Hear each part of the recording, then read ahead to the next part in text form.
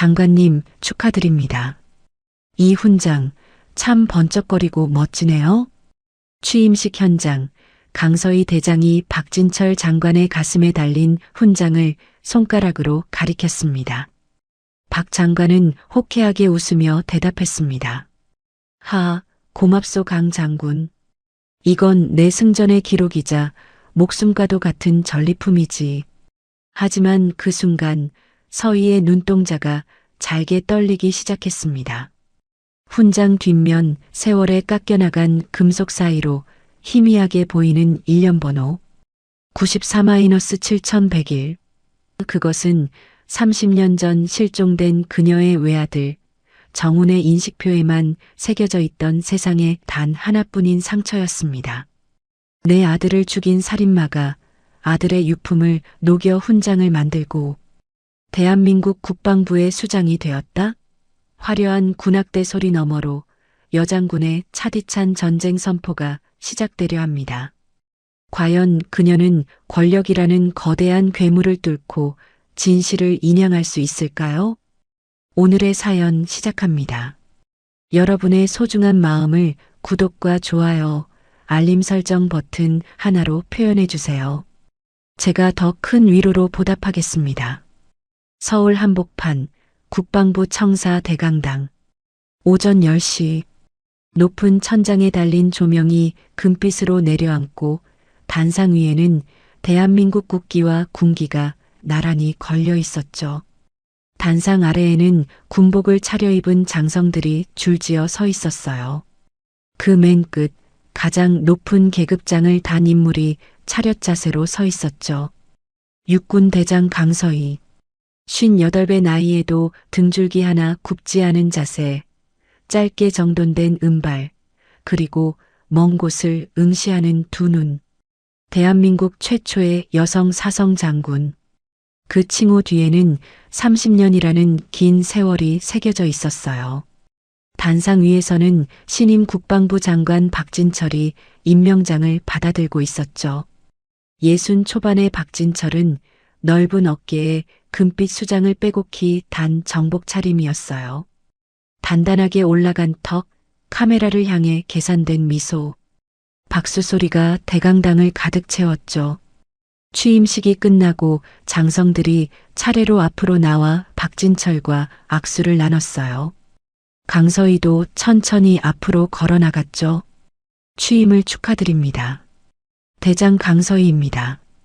강서희가 오른손을 내밀며 말했어요. 고맙소. 강 대장 명성은 익히 들었소. 박진철이 강서희의 손을 잡으며 눈을 맞췄어요. 악수를 나누는 그 짧은 순간이었죠. 강서희의 시선이 박진철의 가슴 한가운데에 멎었어요.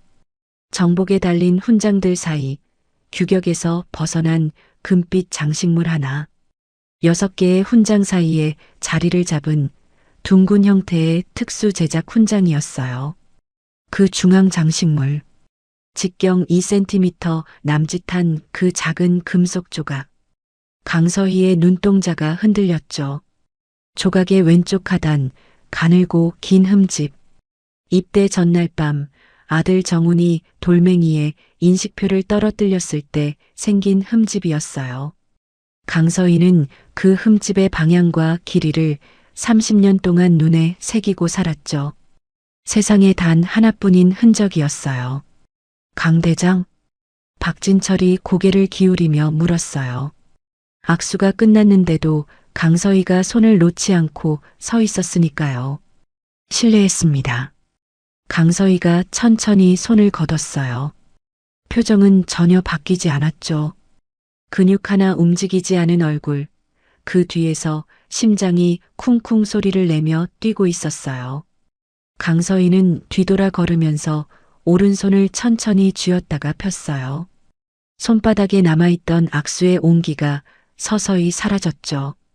집무실로 돌아온 강서희는 문을 닫자마자 책상 서랍을 열었어요.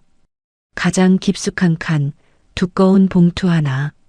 30년 전 아들 정훈의 실종 당시 작성된 보고서 사본이었죠. 손때가 묻어 모서리가 달아있는 봉투였어요. 강서희가 서류를 꺼내 펼쳤어요. 강정훈 이등병, 수색 작전 중 실종. 인식표 회수 불가. 그 줄 아래 담당 장교의 서명. 박진철. 강서희가 서류를 책상 위에 내려놓고 눈을 감았어요. 잠시 후 수화기를 집어들었죠. 나야. 민수야, 지금 당장 30년 전 금속 공예 납품 기록 전부 뒤져봐. 군 관련 특수 훈장 제작한 곳 전부. 수화기 너머로 젊은 목소리가 당황한 듯 대답했어요. 갑자기요? 무슨 일 있으십니까, 대장님? 있으니까 묻는 거야. 빨리. 강서희가 수화기를 내려놓으며 서류를 다시 펼쳤어요. 실종 날짜, 작전 구역, 담당 지휘관. 손끝으로 한 줄 한 줄 짚어나갔죠. 사흘 뒤, 서울 종로구 골목 안쪽, 낡은 금속 공예 공방이었어요. 여든에 가까운 장인 오창수가 작업대 앞에 앉아 돋보기를 고쳤으며 강서희를 맞았어요. 이렇게 직접 찾아오실 줄은 몰랐네요. 제 기억이 맞는지 확인하러 왔습니다. 강서희가 오창수의 맞은편에 앉으며 말했어요. 30년도 더 된 일인데요. 오창수가 두 손을 맞잡으며 천천히 숨을 내쉬었어요. 강서희가 휴대폰을 꺼내 박진철의 취임식 사진을 화면에 띄워 오창수 앞에 내밀었죠. 이 훈장, 어르신이 만드셨죠. 오창수의 눈이 화면 위를 한참 머물렀어요. 그러다 크게 숨을 들이쉬었죠. 맞아요. 중앙 장식물은요. 그분이 직접 금속 조각을 가져오셨어요. 대령 계급일 때였는데 손바닥에 올려놓고 이걸 훈장 한가운데 박아 넣으라 하셨죠. 오창수가 낮게 말했어요. 가져온 조각이 뭔지 물어보셨어요? 강서희가 목소리를 가다듬으며 물었어요. 물어봤죠. 그랬더니 그분이 뭐라고 했는지 알아요? 오창수가 강서희의 눈을 바라봤어요. 전쟁터에서 주운 쇠조각이야. 내가 살아남은 기념으로 달고 다닐 거야. 그렇게 말씀하셨어요. 강서희가 두 손을 무릎 위에 올려놓고 꼭 쥐었어요. 주먹이 하얗게 변했죠. 그 조각, 표면에 흠집이 있었나요? 강서희가 천천히 물었어요. 있었어요. 왼쪽 아래에 길게. 오창수가 손가락으로 허공에 직접 그어 보이며 말했어요. 공방 안이 고요했어요. 강서희는 대답 대신 천천히 고개를 한번 끄덕였죠. 얼굴은 여전히 단단했어요. 하지만 오창수의 눈에는 강서희의 두 눈 끝에 무언가 맺히는 것이 보였어요. 강서희가 자리에서 일어서며 말했어요. 감사합니다. 오늘 증언을 서면으로 남겨주실 수 있겠습니까? 물론이죠. 오창수가 떨리는 손으로 연필을 집어들었어요. 국방부 헌병대 수사과 사무실. 형광등 불빛 아래 강서희가 두꺼운 서류 봉투를 수사과장 윤태준 대령의 책상 위에 내려놓았어요. 오창수 장인의 자필 증언서, 취임식 당일 사진 분석 자료, 30년 전 실종 보고서 원본 사본입니다. 정식 수사를 요청합니다. 강서희가 똑바로 서서 말했죠. 윤태준이 봉투를 펼쳐 서류를 훑어봤어요. 눈이 빠르게 움직였지만 표정은 굳어 있었죠. 대장님, 이게 현직 장관을 대상으로 한 수사 요청입니다. 알고 있어요. 절차상 윗선 보고가 먼저입니다. 그래서 지금 대령한테 직접 온 겁니다. 윗선이 막히기 전에. 강서희가 낮게 말했어요. 윤태준이 서류를 다시 봉투에 넣으며 자리에서 일어섰죠. 검토해 보겠습니다. 며칠 시간을 주십시오. 사흘이 지났어요. 강서희가 헌병대 복도를 걷는데 수사과 앞에서 목소리가 새어나왔어요. 문이 반쯤 열려 있었죠. 다 버려. 접수된 거 없는 걸로 해. 낯선 목소리였어요. 강서희가 멈췄죠. 하지만 대장님이 직접 가져오신 건데요. 윤태준의 목소리였어요. 그래서 더 조용히 처리하는 거야. 태극해 결정이야. 토달지 마. 강서희가 문을 밀고 들어섰어요. 사무실 안에 낯선 준장 하나가 서 있었죠. 왼쪽 가슴에 작은 태극 문양 배지가 달려 있었어요. 강서희가 그 배지를 한번 내려다보고 준장의 얼굴을 마주 봤어요. 수사 서류 어디 있습니까? 강서희가 물었어요. 준장이 턱을 들며 말했죠. 강 대장, 이건 군 내부 문제가 아닙니다. 개인적 감정을 공무에 끌어들이시는 거 아닙니까? 서류요. 강서희가 같은 말을 다시 했어요. 목소리 하나 올리지 않았죠. 준장이 옆 책상 위의 쓰레기통을 발로 살짝 밀어냈어요. 강서희가 시선을 내렸죠.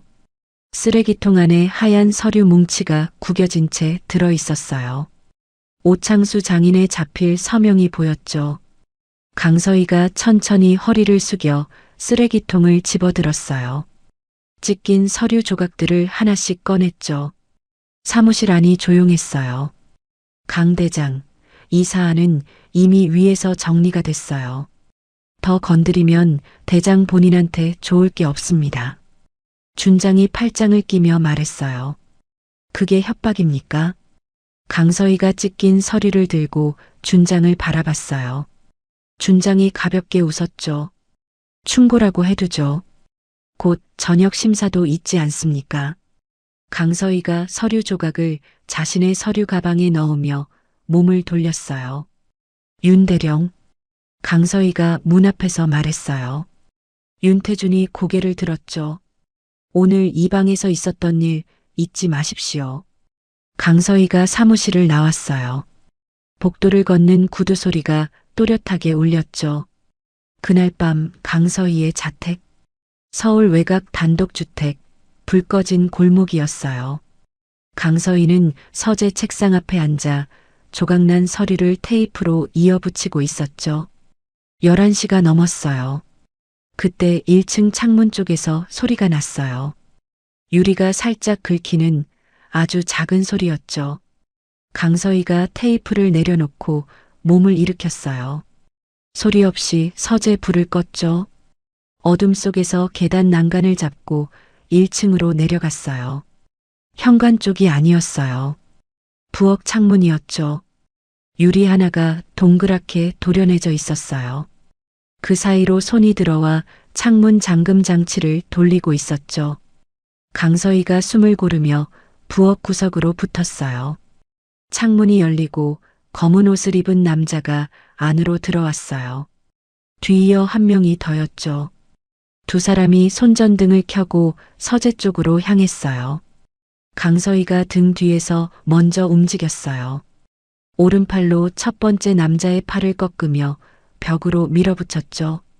짧고 낮은 충격음이 났어요. 두 번째 남자가 돌아서며 달려들었어요. 강서희가 옆으로 피하면서 무릎을 남자의 옆구리에 박았죠. 남자가 구부러지며 바닥에 무릎을 꿇었어요. 강서희가 손전등을 집어들고 두 사람의 얼굴을 비췄어요. 군인 특유의 짧은 머리, 단단한 체형, 손목에 작은 태극 문양 문신이 새겨져 있었죠. 강서희가 서 있는 채로 두 사람을 내려다봤어요. 숨이 약간 빨라져 있었지만 눈빛은 흔들리지 않았어요. 서류 가지러 왔지. 강서희가 낮게 말했어요. 두 사람 중 아무도 대답하지 않았죠. 강서희가 손전등을 내리며 천천히 말했어요. 돌아가서 박진철한테 전해. 아직 시작도 안 했다고. 바닥에 있던 남자가 천천히 일어서며 강서희를 노려봤어요. 그러다 먼저 들어온 남자를 끌다시피 하며 창문 밖으로 나갔죠. 강서희가 혼자 부엌에 서 있었어요. 손안에 손전등이 쥐어져 있었죠. 손끝이 미세하게 떨렸어요. 분노인지 안도인지 강서희 본인도 알 수 없었어요. 서재로 올라간 강서희가 책상 위 테이프와 서류 조각들을 바라봤어요. 그리고 서랍에서 낡은 봉투 하나를 꺼내 그 위에 올려놓았죠. 아들 정훈의 실종 보고서였어요. 강서희가 의자에 앉아 형광등을 켰어요. 찢긴 서류를 다시 붙이기 시작했죠. 아침 뉴스 화면이 국방부 청사 전경을 비추고 있었어요. 앵커의 목소리가 흘러나왔죠.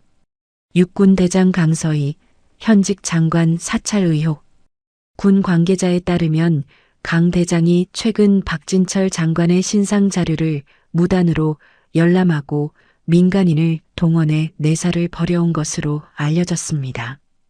일부에서는 강 대장의 정신적 건강 상태에 대한 우려도 제기되고 있습니다. 화면 아래로 자막이 흘렀어요. 강서희 대장, 망상성 집착 행동 보여. 강제 예편 검토 중. 강서희가 집무실 소파에 앉아 화면을 바라봤죠. 리모컨을 쥔 손에 힘이 들어가지 않았어요. 채널을 돌릴 때마다 같은 내용이 나왔어요. 방송사가 달라도 쓰는 단어가 똑같았죠. 누군가 한 곳에서 뿌린 말들이었어요. 부관 이민수 소령이 문을 두드리고 들어왔어요. 대장님, 인사참모부에서 연락이 왔습니다. 오늘 오후 2시까지 소환 통보입니다. 이민수가 서류를 내밀며 말했죠. 강서희가 서류를 받아 한 줄 읽고 내려놓았어요. 직무적합성 재심사 통보. 알겠어요. 강서희가 짧게 말했어요. 이민수가 나가지 않고 서 있었죠. 대장님, 뭐야? 저는 믿습니다. 이민수가 목소리를 낮추며 말했어요. 강서희가 이민수를 올려다봤죠. 이민수의 눈이 흔들리지 않고 강서희를 향해 있었어요. 강서희가 천천히 고개를 끄덕였어요. 고마워요. 나가봐요. 이민수가 문을 닫고 나갔죠. 강서희가 혼자 집무실에 앉아 창밖을 바라봤어요. 흐린 하늘 아래 청사 마당에 기자들이 카메라를 들고 모여 있었죠. 30년이었어요. 단 하루도 군복을 벗고 싶다는 생각을 해본 적이 없었죠. 하지만 지금 이 순간 강서희는 눈을 감았어요. 인사참모부 심사실은 차가운 공기가 감돌았어요. 3명의 장성이 테이블 건너편에 앉아 있었죠. 강서희가 의자에 앉아 가운데 앉은 중장이 서류를 펼쳤어요. 강 대장, 최근 장관 관련 내사 행위, 민간인 접촉, 헌병대 수사 요청건에 대해 소명하십시오. 정식 수사를 요청한 건 합법적 절차였습니다. 강서희가 또렷하게 말했어요. 그 과정에서 장관 사찰이라는 오해를 살 만한 행동이 있었다는 건 인정하십니까? 오른쪽에 앉은 소장이 끼어들었죠. 오해가 아니라 조작입니다. 강서희가 소장을 바라보며 말했어요. 세 사람이 서로 눈빛을 주고받았죠. 가운데 중장이 서류를 덮으며 말했어요. 강 대장, 솔직하게 말씀드리죠. 위에서는 이미 결론이 났어요. 스스로 예편 신청을 하면 명예를 지킬 수 있습니다. 끌려나가는 것보다는 낫지 않겠습니까? 강서희가 중장을 바라봤어요. 아무 말도 하지 않았죠. 중장이 다시 말했어요. 강 대장이 지금까지 쌓아온 것들을 생각하면 이 방법이 최선입니다. 제 아들이 어떻게 죽었는지 알아야 군복을 벗습니다. 강서희가 의자에서 일어서며 말했어요. 세 사람이 굳은 얼굴로 강서희를 바라봤죠. 강서희가 돌아서서 심사실 문을 열고 나왔어요. 복도에 나오자 다리에 힘이 빠졌어요. 벽에 손을 짚고 잠깐 멈췄죠. 이 싸움을 이길 수 있는지 처음으로 확신이 서지 않았어요. 관사로 돌아온 강서희가 현관문을 여는데 문 앞 바닥에 작은 종이 봉투가 놓여 있었어요. 수신인도 발신인도 없었죠. 강서희가 봉투를 집어들었어요. 안에 낡은 카세트 테이프 하나가 들어 있었어요. 테이프 표면에 볼펜으로 날짜가 쓰여 있었죠. 30년 전 날짜였어요. 아들 정훈이 실종된 날로부터 이틀 전이었죠. 강서희가 집 안으로 들어가 오래된 카세트 플레이어를 꺼냈어요. 테이프를 넣고 재생 버튼을 눌렀죠.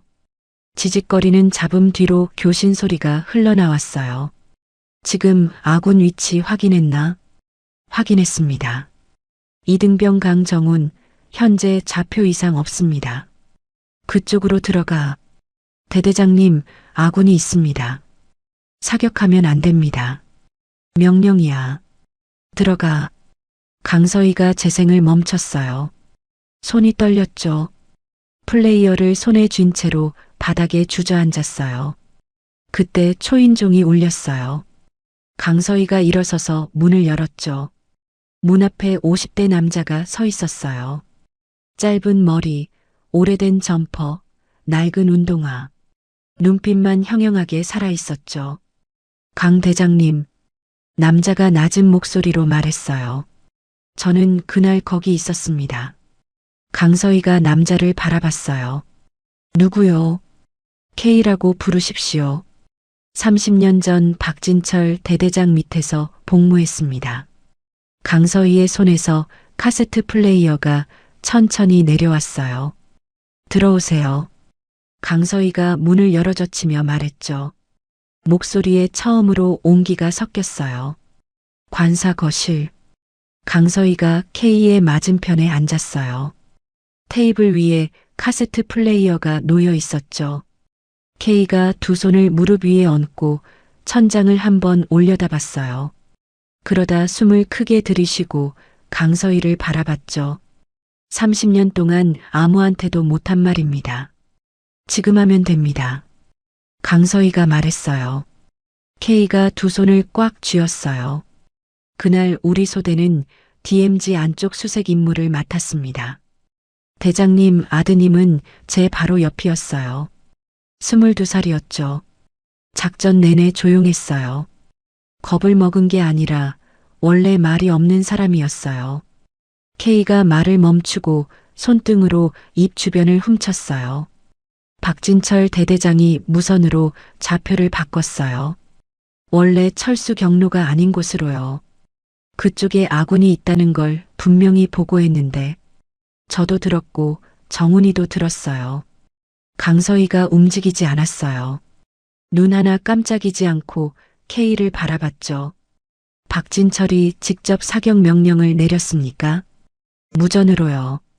본인은 후방에 있었어요. 직접 방아쇠를 당긴 건 소대장이었습니다. 소대장도 이미 15년 전에 죽었어요. 교통사고라고 했지만 K가 눈을 내리깔았어요. 저는 그 자리에서 도망쳤어요.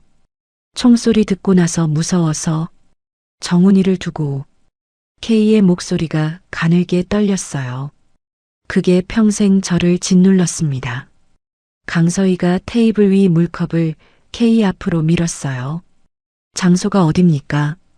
강서희의 목소리는 흔들리지 않았어요. K가 물을 한 모금 마셨죠. 파주 북쪽, 당시 작전명 목련 구역 아닙니다. 지금은 민간인 출입 통제 구역이에요. 건물 잔해 옆에 수로가 하나 있었는데 거기서 들었어요. 마지막 소리를.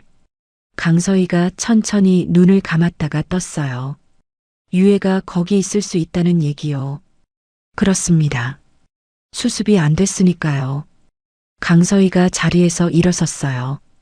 창가로 걸어가 밖을 내다봤죠. 어두운 골목, 가로등 불빛 하나가 흔들렸어요.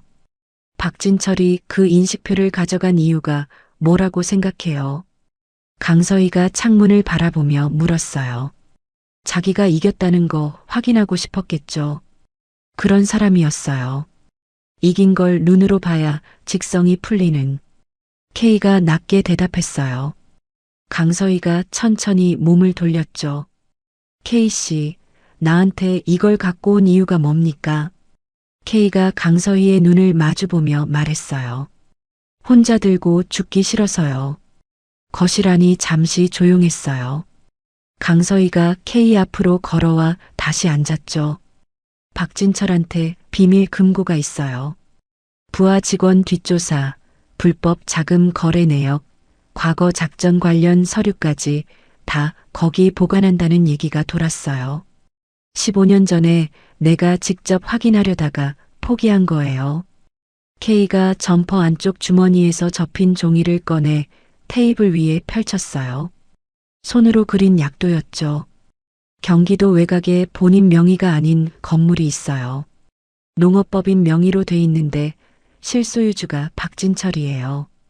거기 지하에 금고가 있을 겁니다. 강서희가 약도를 들여다봤어요. 확실합니까? 확실하진 않아요. 하지만 가능성이 가장 높은 곳이에요. 강서희가 약도를 접어서 손에 쥐었어요.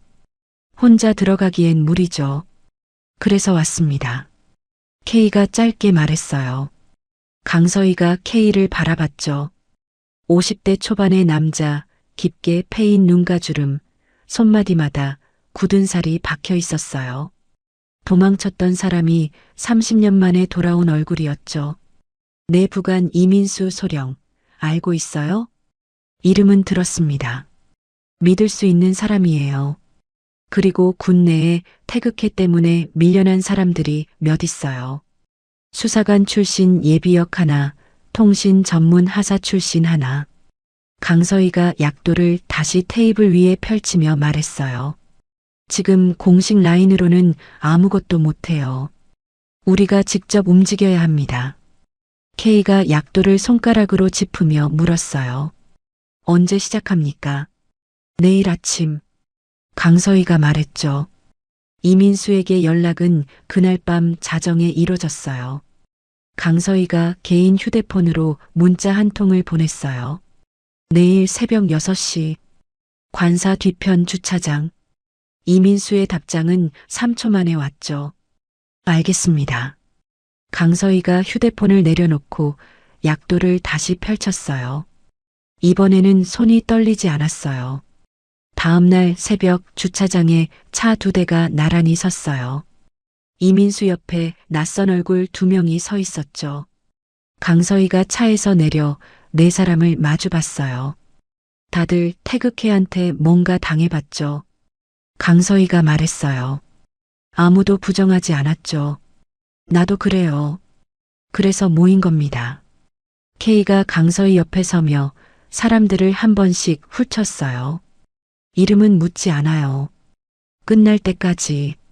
이민수가 강서희를 바라보며 말했어요. 대장님, 저희 뭐부터 합니까? 강서희가 약도를 펼쳐 이민수에게 건넸어요. 이 건물 내부 도면 구해와요. 사흘 안에. 이민수가 약도를 받아들었죠. 사흘이요. 못하겠어요. 아니요 합니다. 이민수가 짧게 대답했어요. 새벽 공기가 차가웠어요. 5사람이 주차장에 서서 서로의 얼굴을 확인했죠. 강서희가 마지막으로 말했어요. 공식 계급도 없고 명령 체계도 없어요. 각자 책임지고 움직이는 겁니다. 빠져나가고 싶으면 지금 가도 돼요. 아무도 움직이지 않았죠. 경기도 외곽, 농업법인 명의 건물. 낮은 단층 건물이 논밭 한가운데 서 있었어요. 주변에 인가가 없었죠. 밤 11시, 달도 없는 하늘 아래 강서희와 K가 건물 뒤편 숲을 속에 엎드려 있었어요. 이민수가 귓속말로 말했죠. 경비 2명입니다. 교대주기 40분. 지금 막 교대했으니까 38분 있어요. 지하 입구는? 강서희가 물었어요. 건물 왼쪽 끝 창고 문 안쪽입니다. 도면대로면 계단이 하나 있어요. 이민수가 손에 든 도면을 강서희 쪽으로 기울였죠. 강서희가 도면을 한번 내려다보고 K를 바라봤어요. 들어가죠. K가 먼저 몸을 일으켰어요. 3사람이 건물 옆면을 따라 빠르게 이동했죠. 창고 문은 자물쇠가 채워져 있었어요. K가 점퍼 안쪽에서 공구 하나를 꺼내 자물쇠에 밀어 넣었어요. 20초도 안 돼서 잠금이 풀렸죠. 어디서 배운 거예요? 이민수가 낮게 물었어요. 살다 보면. K가 짧게 대답하며 문을 열었어요. 창고 안은 어두웠어요. 손전등을 켜지 않고 이민수의 야간 투시경 하나의 의지에 움직였죠. 도면대로 왼쪽 벽 쪽에 계단이 있었어요. 지하로 내려가는 좁은 계단이었죠. 강서희가 먼저 내려갔어요. 지하 공간은 생각보다 넓었어요. 습한 공기 속에서 선반들이 벽을 따라 늘어서 있었죠. 그 안쪽 철제 문 하나가 있었어요. K가 문 앞에 서서 잠금 장치를 살폈어요. 번호키입니다. 몇 자리? 강서희가 물었죠. 6자리요. 이민수가 태블릿을 꺼내 화면을 열었어요. 박진철 생년월일, 군번 앞자리, 취임일 순으로 넣어봤는데 다 틀렸어요. K씨, 혹시 아는 번호 있어요? K가 잠금 장치를 손으로 짚으며 생각했어요. 30년 전 작전명 목련. 목련 작전 개시 날짜가 몇 월 며칠이었죠. 강서희가 눈을 가늘게 뜨며 말했어요. 4월 18일. 이민수가 숫자를 눌렀어요. 찰칵 소리와 함께 문이 열렸죠. 세 사람이 동시에 숨을 멈췄어요. 강서희가 문을 천천히 당겼어요. 안쪽에 금고 하나와 낮은 책상이 놓여 있었죠. 책상 위에 바인더 여러 권이 줄지어 있었어요. 강서희가 바인더를 하나씩 꺼내 손전등 불빛 아래 펼쳤어요. 세 번째 바인더였죠. 손으로 쓴 글씨들이 빼곡했어요. 날짜가 먼저 눈에 들어왔죠. 30년 전 날짜들이었어요. 강서희가 페이지를 천천히 넘겼어요. 목련 구역 내 아군 이탈 병사 처리 완료. 증거 없음. 보고서 수정 완료. 강서희의 손이 그 줄 위에서 멈췄어요. 이민수가 옆에서 같이 읽다가 입을 틀어막았죠. 이게 진짜입니까? 이민수가 낮게 말했어요. 강서희가 대답하지 않았어요. 다음 페이지를 넘겼죠. 인식표 파편 회수. 보관 중. 이후 장신구로 제작 예정.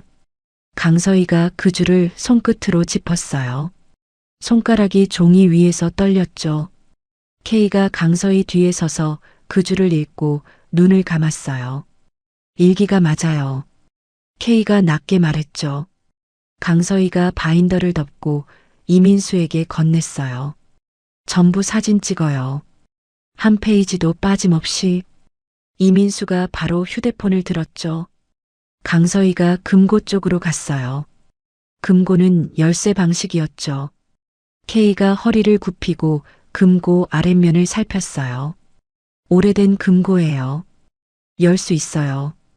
K가 다시 공구를 꺼냈어요. 3분쯤 지나서 금고가 열렸죠.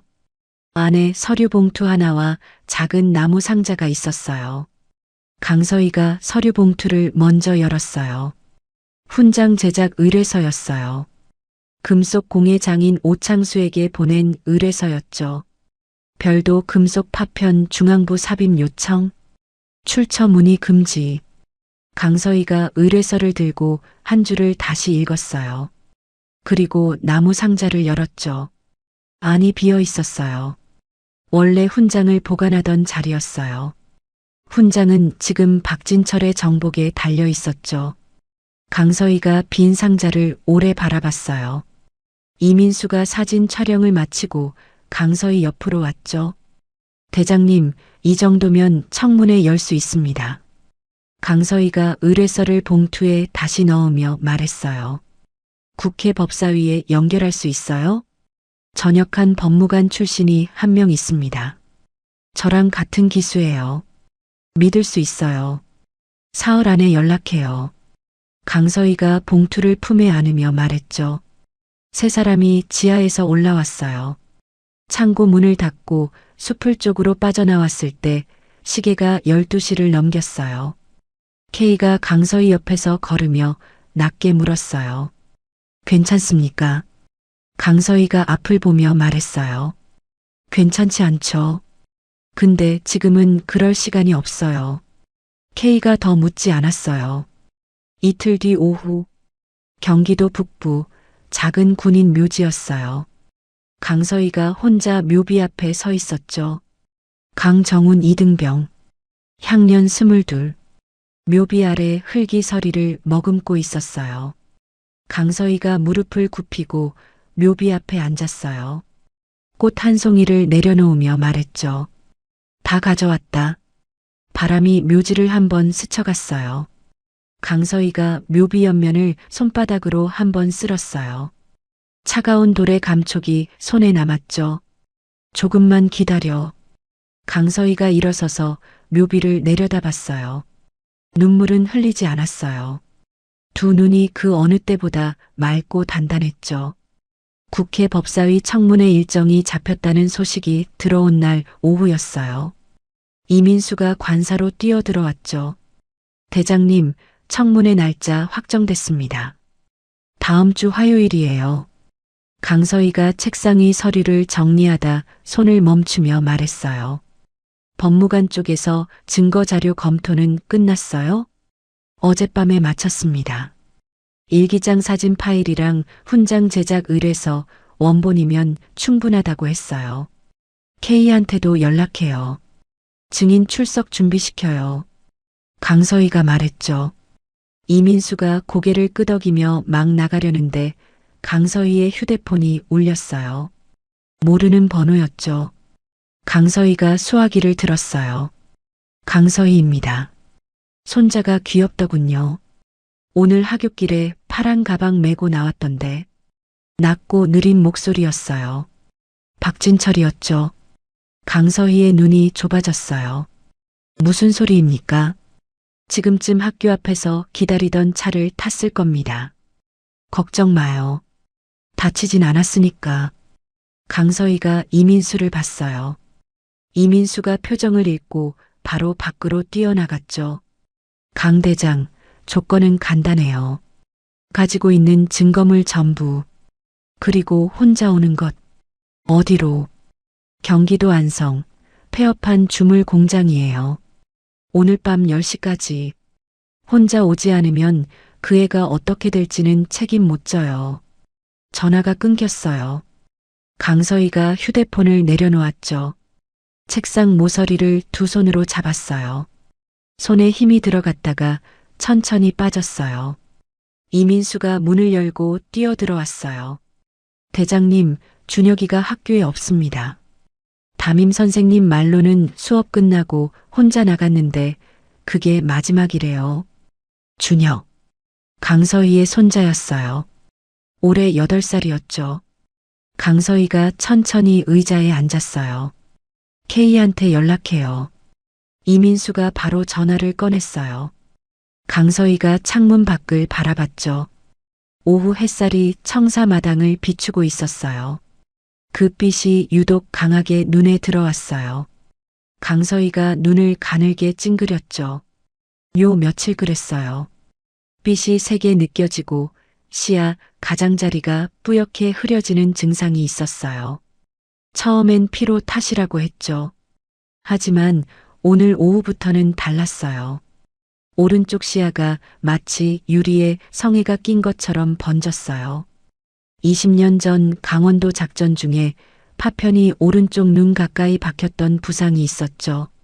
수술은 했지만 완전히 제거하지 못했어요. 오랫동안 잠잠했던 그 부위가 지금 다시 문제를 일으키고 있었어요. 강서희가 오른손으로 눈두덩을 살짝 눌렀죠. 통증은 없었어요. 그냥 뿌옇게 번지는 느낌이었죠. K가 30분 만에 관사에 도착했어요. 강서희가 상황을 설명했어요. K가 팔짱을 끼고 바닥을 내려다보다가 말했죠. 혼자 가겠다는 생각은 하지 마십시오. 준혁이가 거기 있어요. 알아요.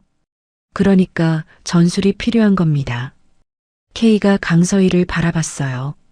안성 폐공장이면 저도 아는 곳이에요. 예전에 군 창고로 쓰던 데예요. 입구가 셋인데 박진철이 지정할 입구는 정문 하나예요. 나머지 두 곳으로 먼저 들어가면 됩니다. 박진철이 내부에 경호팀을 풀어놨을 거예요. 강서희가 말했죠. 그러니까 대장님은 정문으로 들어가고 저랑 이민수가 측면으로 먼저 침투하는 겁니다. 이민수가 지도를 펼치며 끼어들었어요. 공장 내부도면 구할 수 있어요. 건축 인허가 기록에 있을 겁니다. 3시간 안에 가능해요? 강서희가 이민수를 보며 물었어요. 해봐야 알죠. 이민수가 바로 자리를 떴어요. K가 강서희를 바라봤어요. 눈이 왜 그러십니까? 강서희가 오른쪽 눈 주변을 손으로 가리고 있었죠. 별거 아니에요. 아까부터 계속 찡그리고 계세요. 강서희가 손을 내렸어요. 20년 된 부상이에요. 시력이 좀 흐려졌어요. 얼마나요? 강서희가 벽에 걸린 시계를 바라봤어요. 시계 숫자가 번졌죠. 오른쪽 절반이 뿌려요. K가 입을 다물었어요. 한참 있다가 낮게 말했죠. 병원 가야 합니다. 지금 병원 갈 시간이 어디 있어요? 준혁이가 거기 있는데. 강서희가 말했어요. K가 강서희의 눈을 오래 봤어요. 말을 더하지 않았죠. 자리에서 일어서며 말했어요. 시각 보조 장비 구할 수 있어요. 야간 투시 기능에 초점 보정 기능도 있는 거요. 군납 장비예요. 3시간 안에 가져올게요. 어디서요? 저한테 맡기세요. K가 재킷을 집으며 말했어요. 대장님은 지금 준혁이 어머니한테 연락하지 마세요. 알면 더 흔들려요. 끝나고 나서 얘기해요. 강서희가 고개를 끄덕였어요. K가 나갔죠. 관사 안이 조용해졌어요. 강서희가 혼자 남아 테이블 위 증거 봉투를 바라봤어요. 일기장 사진 파일이 담긴 메모리 카드, 훈장 제작 의뢰서 원본. 30년을 찾아 헤맨 것들이었죠. 강서희가 봉투를 집어들었다가 내려놓았어요. 다시 집어들었죠. 오른쪽 시야가 또 번졌어요. 강서희가 눈을 꼭 감았다가 떴어요. 왼쪽 눈만으로 봉투를 바라봤죠. 밖에서 바람소리가 들렸어요. 강서희가 자리에서 일어나 창문을 열었어요. 찬바람이 얼굴로 들어왔죠. 오늘 밤이 지나야 끝났어요. 안성 폐주물 공장. 밤 9시 50분. 녹슨 철문 앞에 가로등 하나가 깜빡이고 있었어요. 강서희가 차에서 내렸어요. 오른쪽 눈 위로 시각 보조 장비를 고쳤었죠. 작고 얇은 렌즈 형태의 장비였어요. 오른쪽 시야가 선명하게 살아났죠. K가 귓속에 넣어준 소형 이어폰이 작게 울렸어요. 저랑 이민수는 동쪽 측면 입구로 들어갔어요. 내부 경호원 확인된 것만 내십니다. 준혁이는 공장 안쪽 사무실 구역에 있는 것 같아요.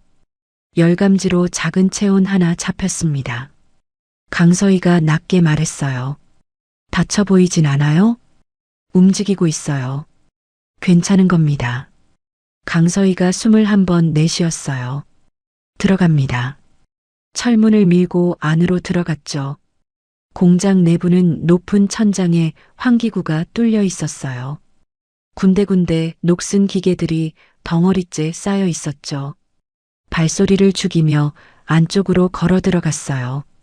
불빛은 공장 안쪽 사무실 구역 쪽에서만 새어나왔어요. 강서희가 기계 덩어리 뒤에 몸을 붙였죠. 경호원 하나가 공장 한가운데를 오가고 있었어요. 이어폰에서 K의 목소리가 들렸어요. 오른쪽 2명 지금 제가 막았어요. 이민수가 왼쪽 1명 처리했고요. 대장님 정면에 1명 남았습니다. 강서희가 경호원의 움직임을 눈으로 쫓았어요. 남자가 기계 덩어리 쪽으로 등을 돌리는 순간이었죠. 강서희가 몸을 낮추고 빠르게 움직였어요. 팔로 남자의 목을 감아 누르며 다른 손으로 뒤통수를 잡았죠. 남자가 버둥거리다 힘이 풀리며 바닥으로 내려왔어요. 강서희가 남자를 기계 뒤에 밀어넣고 사무실 쪽으로 걸어갔어요. 문 앞에 서서 손잡이를 돌렸죠. 안에 준혁이 의자에 앉아 있었어요. 두 손이 등 뒤로 묶여 있었죠. 준혁이 강서희를 보자마자 눈이 커졌어요. 할머니. 목소리가 떨렸어요. 강서희가 준혁에게 다가가 무릎을 굽히며 말했어요. 괜찮아. 다친 데 없어? 없어요. 근데 무서웠어. 강서희가 손을 묶은 끈을 풀며 말했어요. 다 끝났어. 눈 감고 있어. 끈이 풀리자 준혁이 강서희의 목을 두 팔로 꼭 껴안았어요. 강서희가 준혁의 등을 한번 토닥였죠. 그때 뒤에서 발소리가 들렸어요. 강서희가 준혁을 뒤로 밀며 몸을 돌렸어요. 박진철이 문 앞에 서 있었죠. 정복 차림이 아니었어요. 두꺼운 코트에 손을 넣고 서 있었죠. 옆에 경호원 하나가 붙어 있었어요. 왔군요. 박진철이 천천히 말했어요. 증거물은 가져왔소. 여기 있어요. 강서희가 품에서 봉투를 꺼내 들었어요. 박진철의 눈이 봉투로 향했죠. 그 순간 강서희가 봉투를 옆으로 던졌어요. 박진철의 시선이 봉투를 쫓는 그 짧은 순간이었죠. 강서희가 경호원 쪽으로 먼저 움직였어요. 경호원이 손을 들었지만 강서희가 더 빨랐어요. 팔을 비틀어 꺾으며 벽으로 밀어붙였죠. 경호원이 벽에 머리를 부딪히고 주저앉았어요. 박진철이 뒷걸음쳤죠. 강서희가 박진철 앞에 섰어요. 두 사람 사이 거리가 두 걸음이었어요. 박진철의 눈에 처음으로 당황한 빛이 돌았죠. 이러면 당신도 끝이오. 군 형법에. 닥쳐요. 강서희가 말했어요. 목소리가 낮고 단단했죠. 박진철이 입을 다물었어요. 강서희가 한 걸음 더 다가섰어요. 30년 전 4월 18일 파주 목련구역. 당신이 무선으로 뭐라고 했는지 기억해요. 박진철의 턱에 근육이 떨렸어요. 모르는 소리 하지 마시오. 기억하죠. 당신이 쓴 일기에 다 적혀 있으니까. 아군 처리 완료라고. 인식표 파편 회수라고. 강서희의 눈이 박진철의 가슴 한가운데로 향했어요. 정복 위에 달린 훈장이었죠. 그 중앙 장식물, 30년 전 정훈의 인식표에서 잘라낸 파편이었어요. 강서희가 손을 뻗어 훈장을 잡았어요. 박진철이 손으로 막으려 했죠. 강서희가 박진철의 손을 옆으로 쳐내며 훈장을 힘껏 뜯어냈어요. 정복 천이 찢기는 소리가 났어요. 박진철이 비틀거렸죠. 강서희가 뜯어낸 훈장을 손바닥에 올려놓고 바라봤어요. 중앙 장식물 왼쪽 아래 가늘고 긴 흠집이 빛 아래 드러났어요. 30년 만이었죠. 강서희가 손을 꽉 쥐었어요. 그리고 박진철을 똑바로 바라봤죠. 말해요. 그날 당신이 한 짓. 박진철이 강서희를 보다가 시선을 피했어요. 증거가 있으면 법대로 하면 되잖소. 법대로 할 거예요. 근데 지금 여기서 먼저 당신 입으로 말하게 할 거예요. 강서희가 박진철의 정복깃을 잡았어요. 박진철의 몸이 앞으로 당겨졌죠. 두 사람의 눈이 마주쳤어요. 박진철의 눈에서 오만함이 빠져나가고 있었어요. 그 자리를 무언가 다른 것이 채우고 있었죠. 말해요. 강서희가 다시 말했어요. 낮고 느린 목소리였죠. 박진철의 입술이 움직였어요. 내가 명령했소. 뭘? 사격 명령이요. 목련구역 내 이탈 병사에게. 박진철의 목소리가 낮아졌어요. 그 이탈 병사 이름이 뭐예요? 강서희가 물었어요. 박진철이 대답하지 않았죠. 이름. 강서희가 다시 말했어요.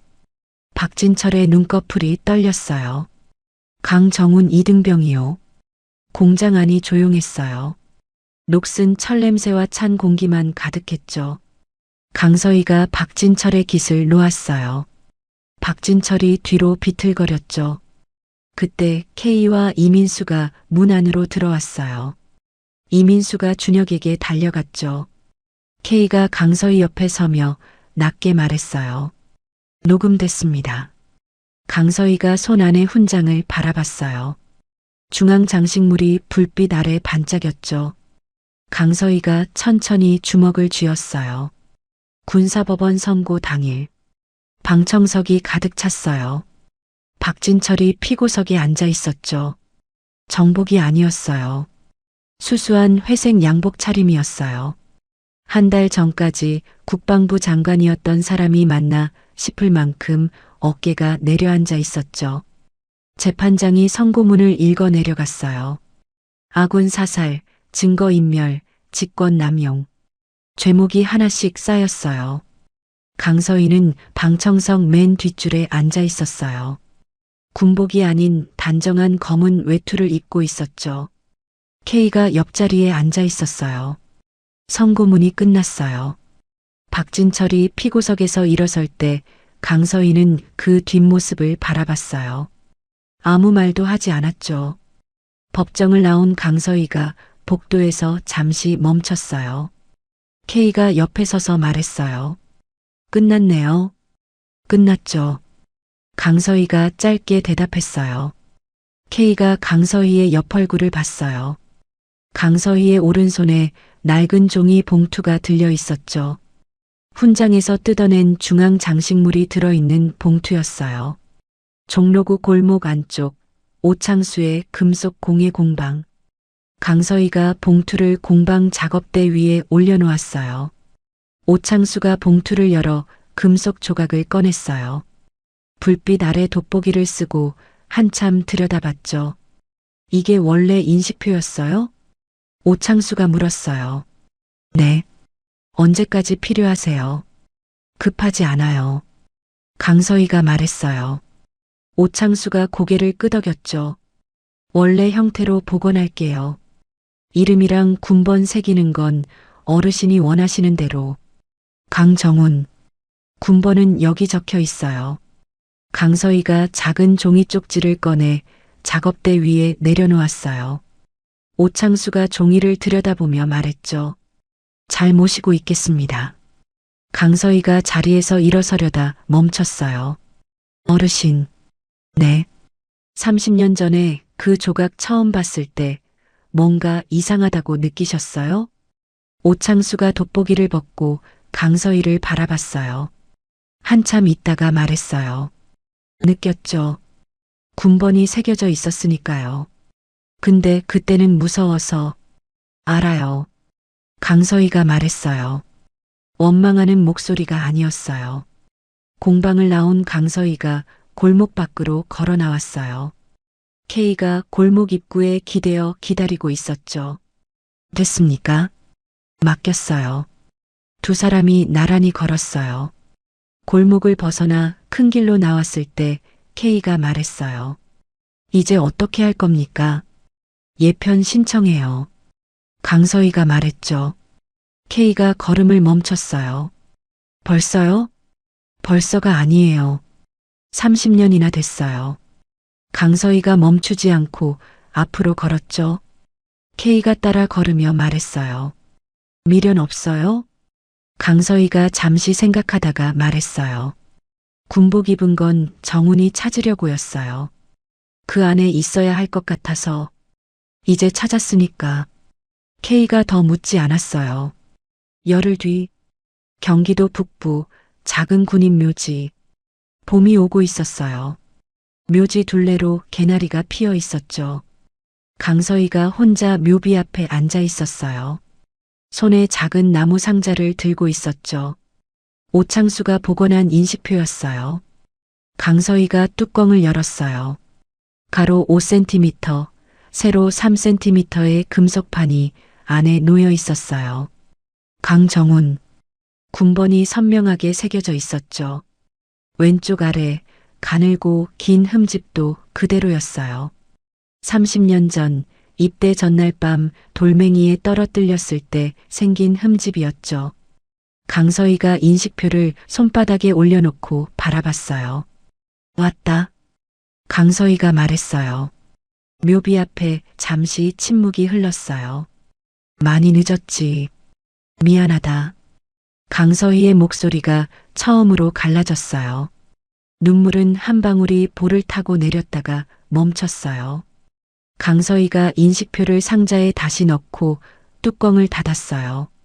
묘비 앞 흙을 손으로 살짝 걷어냈죠. 상자를 조심스럽게 내려놓으며 말했어요. 가져왔다. 이제 같이 있어. 봄바람이 묘지를 한번 쓸어갔어요. 개나리 꽃잎 하나가 상자 위에 내려앉았죠. 강서희가 천천히 일어섰어요. 군복이 아니었어요. 검은 외투에 아무 계급장도 없었죠. 강서희가 묘비를 내려다봤어요. 그리고 한 걸음씩 묘지를 걸어 나왔어요. 뒤돌아보지 않았죠. 묘지 입구에 K가 서 있었어요.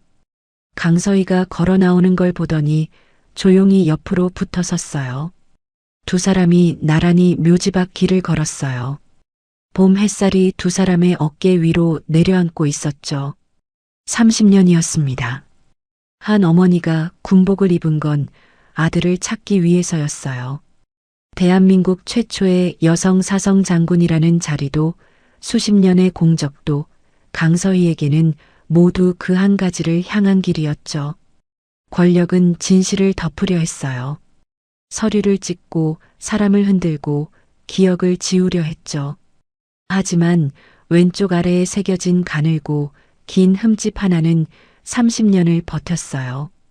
박진철이 전리품으로 간직하려 했던 그 조각이 결국 그를 무너뜨린 증거가 됐습니다. 강서희는 끝내 아들 곁으로 인식표를 돌려보냈어요. 그리고 계급장을 내려놓았죠. 장군이 아닌 그냥 어머니로. 억울하게 쓰러진 사람들의 이름은 잊히지 않아요. 누군가 끝까지 기억하는 한 진실은 반드시 제자리를 찾아옵니다. 진실은 밝혀집니다.